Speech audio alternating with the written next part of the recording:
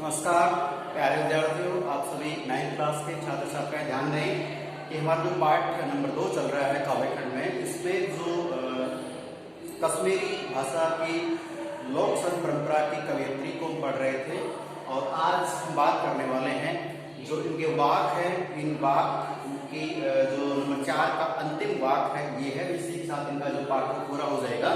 तो अब तक हमने इनका परिचय पढ़ा है, ठीक तरह से जान लिया है। फिर नंबर 1 का वाक पढ़ लिया है, फिर 2 का 3 हमने पढ़ लिए हैं। अब बात करते हैं नंबर 4 का जो वाक है उसकी बात करते हैं। ध्यान दें कि यहाँ पर जो नंबर 4 का एक वाक है, इसका आप जैसे कि हर वाक्य पद का एक संदर्भ कहीं कहीं संदेश होता है। इसमें क्या है, इसमें एक ही संदेश आपको याद रखना है, ध्यान देना है कि यहाँ जो वाक लिखने वाली कवयित्री हैं ललदेव, वो बताना चाहती है कि ईश्वर को प्राप्त करने के लिए पहला जो त्याग करना होता क्या है कि सांसारिक भोग विलासता को छोड़ना, जो हमने तीसरे और उसमें दूसरे में देखा है। फिर दूसरा पॉइंट आता है कि मनुष्य क्या करता है कि तब जिसे आता है ना सेकंड वाले में कि खा कर कुछ पाएगा नहीं, तो भोग विलासताओं को बहुत अधिक जोर करता है, अपना लेता है तो दलदल में चला जाता है, गलत मार्ग में चला जाता है। ठीक है, आई सीधी राह से गई ना सीधी राह में पड़ा। और अब उसकी बात करें कि चलो भोगलता के बाद उसको छोड़ देते हैं, फिर क्या करते हैं, तप त्याग करते हैं और तपस्या करते हैं। तो ऐसा करने से क्या जाता है, अहंकार आ जाता है। फिर कवि ने क्या बताया कि हमें मध्यम मार्ग अपनाना है, सरल स्वभाव होना चाहिए, सहज हमारे कर्म होना चाहिए और बिना किसी वैमनस्यता के ही हमें कर्म करना चाहिए, प्रभु की भक्ति करनी चाहिए। तब जो बंधुआ की सागर खुलती है, ऐसा हमने अभी पढ़ लिया था। तो यहाँ पे उसी कड़ी में मैं आपको जोड़ना चाहता हूँ कि प्रस्तुत जो नंबर 4 का वाक है, इसमें कवित्री बताती है कि ईश्वर जो है वो हर कण कण में निवास करता है, वास करता रहता है। फिर हम बाह्य जो आडंबर है, मंदिर मस्जिद जाते हैं, गिरजा, ईसाई कोई भी धर्म को पहले रखते हैं कि हिंदू धर्म, मुस्लिम धर्म, सिख, ईसाई पहले कितने धर्म बना लेते हैं। फिर हम क्या करते हैं कि अलग अलग जगह पूजा स्थल को भी अलग अलग, फिर उसकी जो धारणा है, रीति रिवाज है, उस पर बहुत अधिक हम टाइम दे रहे हैं। अगर उन सब चीजों को यहाँ पे ललदेव जो कश्मीरी भाषा की कवयित्री हैं, वो कबीरदास जी के संतत से ये मान के चले कि ये बाह्य आडंबर पे कुठाराघात करते हैं। ये कहते हैं कि बाह्य आडंबर से प्रभु की प्राप्ति नहीं हो सकती, तो किससे होगी, सत्कर्म करें और बिल्कुल सीधा सादा जीवन जीना है। ठीक है, तो यहाँ पर जो संदेश ये है कि जाति पाति ऊंच नीच भेदभाव से दूर रहना है और सबसे पहले स्वयं को जानना है कि मैं क्या हूं। हिंदू, मुस्लिम, सिख, ईसाई धर्म, जाति, ये जो चीजें इन सबसे दूर, इन सबसे परे रहकर अगर मनुष्य अपने आप को मनुष्य मान करके और फिर प्रभु की भक्ति करता है तो अवश्य ही उससे प्रभु है वो भवसागर से पार करवाएंगे और प्रभु की भक्ति का हमें एहसास तक होगा कि हाँ, सही अर्थों में अपने जीवन को कैसे निभाया, कैसे जिया है। तो प्यारे छात्र छात्रा, 9th क्लास के तमाम छात्र छात्राएं ध्यान दें कि ये वाक का चौथा अंतिम जो पद है ये क्या कहता है कि थल थल मतलब थल, ये स्थल की बात कर रहे हैं यहाँ वहां। तो मेरा कहने का मतलब है कि सर्वत्र, हर जगह, प्रत्येक स्थान पे, ठीक है, कि सर्वत्र में बसता है शिव ही। अब यहाँ पे देखिए संबोधन के लिए कि जो भगवान शिव से मतलब यहाँ पे वैसे नहीं सिर्फ भगवान का नाम है, तो जो भगवान है, प्रभु है, वो प्रत्येक कण कण में, प्रत्येक जगह बसता है, मतलब निवास करता है। हर जगह कौन है, भगवान है। ठीक है, तो फिर भेद न कर, मैंने बताया ना भी कुछ बात संदेश के माध्यम से कि भेद करते हैं। ठीक है, कि हमारा तरीका अलग है, क्योंकि कबीरदास जी ने उन्होंने यही कहा है कि जो बाह्य आडंबर है, ठीक है, जैसे माला जपना, तिलक छापा करना, अब ये जो करता है हो उसकी उसका मन पवित्र है, लेकिन जो नहीं कर पाता उसके लिए वो उसको देख के, जो कर रहा है उसको देख के मन में सोचते हैं कि मैं भी भक्ति कर रहा हूँ लेकिन मैं इनकी तरह नहीं कर पा रहा हूँ, तो उसके मन में एक अनदेखा डर बैठ जाता है कि शायद उसकी ये सही रास्ता हो। ठीक है, तो कहने का मतलब है कि हम भेद कर लेते हैं, ये हिंदू का भगवान है, ये मुसलमान का भगवान है, ये गिरजाघर है, ये मस्जिद है, ये मंदिर है, इसमें वही लोग पूजा करते हैं, इसके रीति रिवाज अलग होते हैं, हमारे अलग होते हैं। ठीक है, है, इंसान को इंसान समझ नहीं पाता है, जैसे रिश्ते नहीं बन पाते हैं, मित्रता नहीं हो पाती है, शादी विवाह में आपस में नहीं हो रहे हैं, अलग अलग ही कर रहे हैं। तो ये सब क्या है? ये मनुष्य के मन के विचारों का भ्रम है।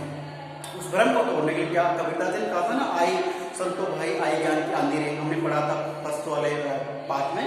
तो ज्ञान में जब आंधी चलती है ना तो सब टूट के एक हो जाता है, फिर ज्ञान की बारिश होती है तो सब साफ हो जाता है और भगवान की भक्ति का सीधा मार्ग नजर आता है।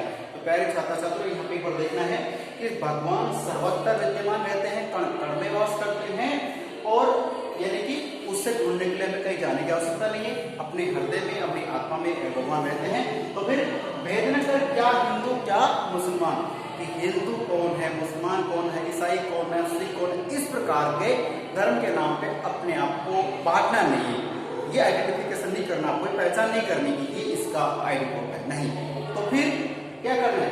ज्ञानी है तो स्वयं को जान।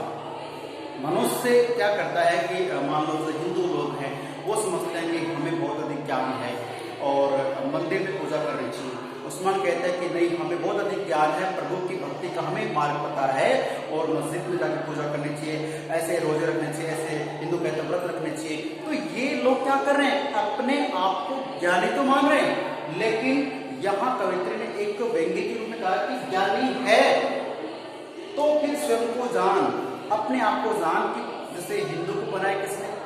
ठीक है, एक शरीर जो है, जो जन्म दिया है, ये हार्ड मास का पुतला जो तैयार किया किसने? उससे ईश्वर ने, उससे खुदा का, उसे आप अल्लाह कहे, भगवान कहे, यीशु कहे, कुछ भी कहे, है कौन लोग? भगवान। एकेश्वरीवाद आगे भी हम पढ़ेंगे और पहले भी सुना होगा कि एकेश्वरीवाद पे ही ध्यान होना चाहिए। ईश्वर एक ही है और मनुष्य उसी का अंश है। तो फिर हम यहाँ इस भोग विलासता के जो में मोह माया रूपी संसार में आकर के ऐसा क्यों करते हैं? तो फिर ध्यान दें, ज्ञानी है तो स्वयं को जान, कि सबसे पहले कोई भी मनुष्य है उसे स्वयं को पहचानना चाहिए कि मैं सही अर्थों में क्या हूँ, मैं जो कार्य कर रहा हूँ वो गलत है या सही है। ठीक है, तो सबसे पहले अपनी गलती को रियलाइज करें, महसूस करें कि हाँ मैंने गलत किया है।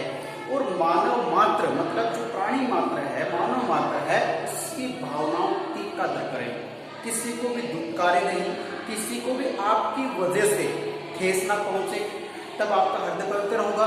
और फिर आप देखो कि मैं ईश्वर का एक अंश हूँ, उस परमात्मा का ही मेरे अंदर एक आत्मा के रूप में वास है। तो मैंने अपने आप को पहचान लिया। अपने आप को जब कोई मनुष्य पहचानता है, ये समझो उसका अहंकार गायब हो जाता है, वो अपने आप में सिद्धि प्राप्त मानता है, ज्ञानी मानता है, बहुत बड़ा इंसान अपने आप को मानता है। धन दौलत, रुपया पैसा, नाम शोहरत, इनके माध्यम से उसने दिमाग में रखने के लिए बहुत ऊंचे कुल में, अभी कविता जी ने कहा था ना एक बार कि ऊंचे कुल जन्म लिया। ठीक है, तो ऊंचे कुल में जन्म लेने से कुछ नहीं होता है, रुपया पैसा धन दौलत से कुछ नहीं होता है। जीवन की जो सच्चाई है उसमें ये बताया गया है कि अगर मनुष्य में ज्ञान है तो उसे सबसे पहले खुद को आंकलन करना चाहिए। और जब वो आंकलन करेगा कि मैं सही कितना गलत कितना हूँ, तो उसका भ्रम टूट जाएगा, उसका अहंकार दूर हो जाएगा और विनम्र हृदय हो जाएगा। ऐसा करने पर वो स्वयं को जान पाएगा। फिर वही है साहिब से पहचान। मैंने कह दिया, इसी में अर्थ आ चुका है कि जब मनुष्य अपने आप को पहचान लेता है और अपनी गलतियों को, अपने कुकर्मों को या अपने गलत कार्यों को महसूस करता है कि हाँ मैंने ये गलत किया है, किसी को जाति के नाम पे, किसी को धर्म के नाम पे, किसी को अपशब्दों के रूप में मैंने कुछ फटकारा गलत किया है, तो हृदय से वो चीज दूर हो जाती है।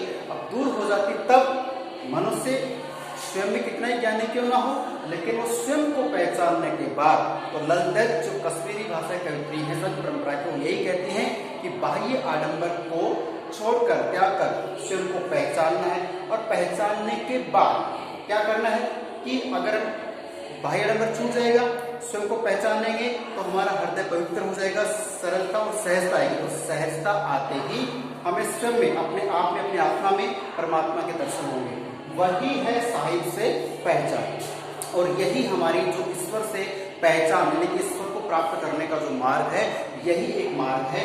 तो प्यारे छात्र छात्राओं, एक बार पुनः मैं आपको शॉर्ट में समझा दूं कि ललदेव कवित्री ने यही कहा है कि ईश्वर सर्वत्र व्याप्त है, कण कण में वास करता है, हमें किसी भी मानव जाति प्राणी मात्र में जाति रंग रूप के आधार पर भेदभाव नहीं करना चाहिए।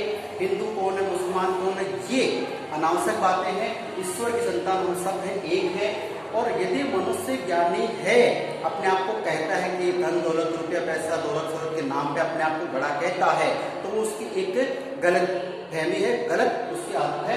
क्या है, उसे स्वयं को पहचानने के लिए सबसे पहले अहंकार है, जो घमंड है, उसे छोड़ना होता है, भ्रम तोड़ना होता है। और ज्ञानी वही है जो स्वयं को पहचान लेता है। स्वयं को पहचानेगा तो उसके हृदय में ईश्वर का वास उससे एहसास हो जाएगा और वह ईश्वर से प्राप्ति का मार्ग खोज लेगा और उसका जो जीवन है वो सफल हो जाएगा।